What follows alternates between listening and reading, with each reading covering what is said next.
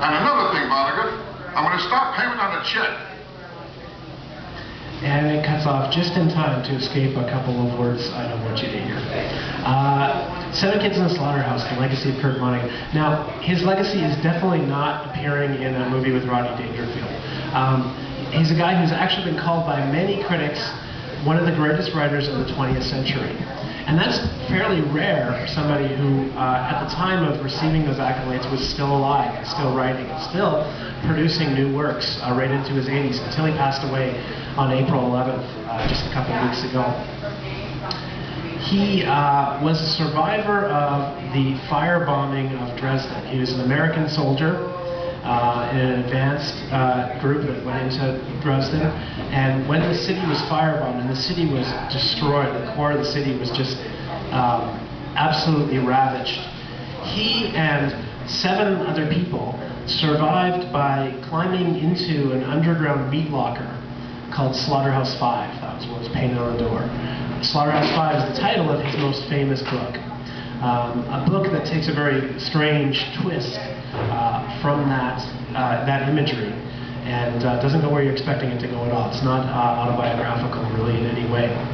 But that experience of having survived the firebombing and emerging as a prisoner of war. He was there in Dresden at that point. He'd been captured. He was a prisoner of war, and when all hell broke loose, he was able to climb into the meat locker, climbed out, and among the very few that were left there, the soldiers, forcing him and others to drag the bodies into heaps and burn many of them. That experience sculpted a lot of who he is, and it keeps reappearing and weaving through much of what he wrote. The 7 kids of his legacy are 3 kids he had with his first wife, and then tragedy struck his family again in a major way. His sister died, and that was within 2 days of her husband dying, orphaning their 3 children. He adopted, with his second wife, those 3 children, and they later adopted another child. When you start talking about Kurt Vonnegut, the word that gets tossed around all the time is iconoclast.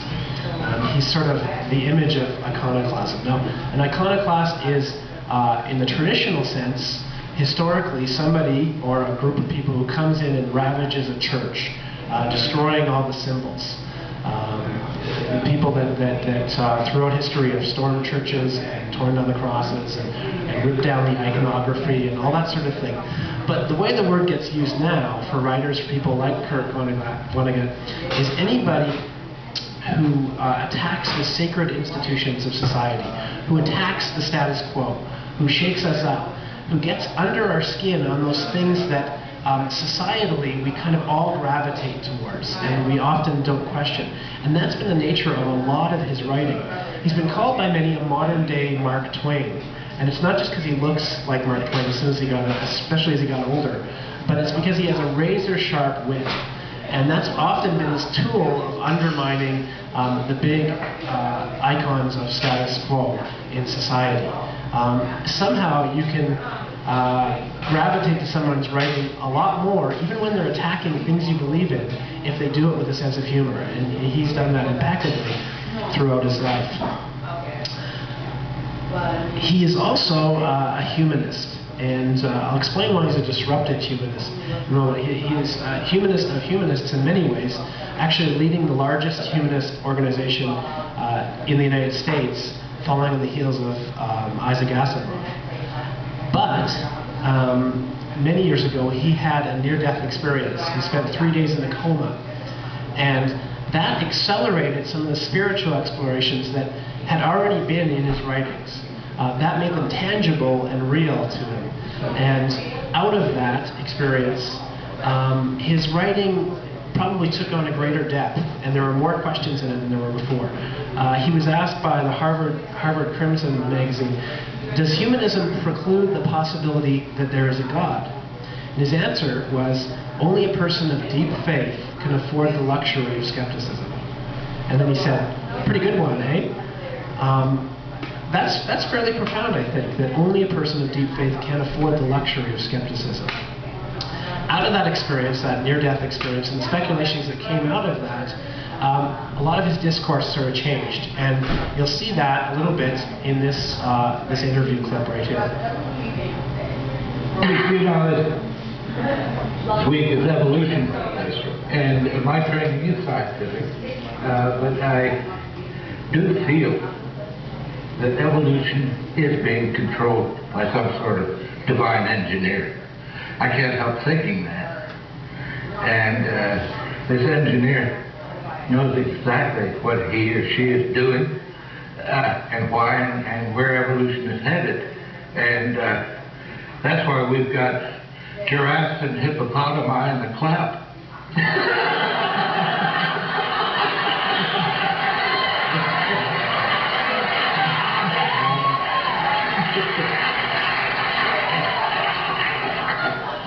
I didn't know where you were going with that, but My wife is in the crowd today, and she looks very unimpressed.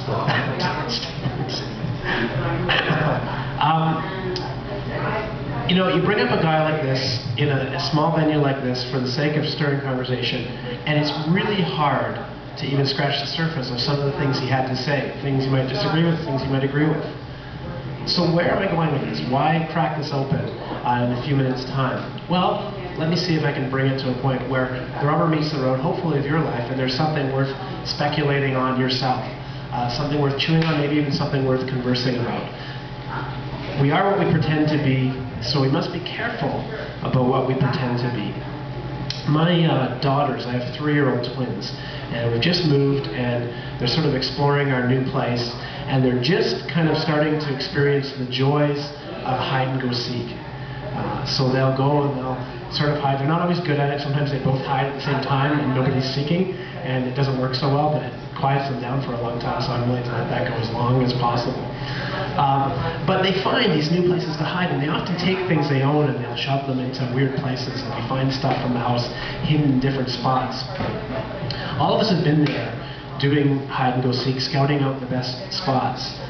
But in a metaphorical sense, I think a lot of us stopped seeking. We kept hiding. We have these kind of chambers and doorways and columns, closets in our mind, in our consciousness, perhaps in our hearts, even in our spirits. And over time, we take the things that are too hard to grapple with, or too big, or just don't fit into the struggles of life, and we hide them in those corners. We place them into the places where we don't have to see them. We can even do that sometimes without realizing that we're doing that. And certainly if you explode it outward, we do that societally with a lot of things that we don't want to grapple with. And then iconoclasts, people like Kurt Vonnegut, come into our midst, and they ask the big questions, and they poke holes, and they start to open some of those doors in our mind, and we find ourselves staring at things we'd hidden away. We find ourselves not just hiding anymore, we find ourselves seeking. And that is sometimes painful, sometimes fascinating, but always worthwhile.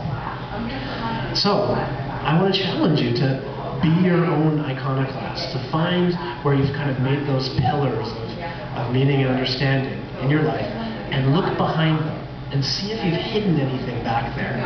See if there's questions and things that you haven't wrestled through that are back there. And maybe even gravitate to some of those relationships that stir the pot a little bit, that ask those questions that you don't always want to ask. Iconoclasts sort of take sledgehammers to the walls of our hiding places. But I'll tell you, I've done renovations in a number of apartments over the years, and the very first tool I pick up is the sledgehammer. And it's sometimes very gratifying, because when you break open walls that have been there for a long time, you find some neat stuff in there. You also find some rotten stuff in there. But at the end of the process, at the end of tearing down and the rebuilding, you end up with something stronger and brand new and worthwhile. And I think that that's a worthy image of what happens in our lives when we do that. And don't be surprised if you do that and you find some of these questions that Vonnegut himself started having to ask. It's not like most humanists to start asking all these questions about God, to start postulating a little bit on the afterlife, on greater meaning. That really almost makes him an iconoclast in the face of humanists. And if you start punching at your walls and cracking open your doors, those big questions might start leaping out. Questions of God, questions perhaps of a personal God, questions of meaning and purpose in life. And those are worth wrestling with and tearing open.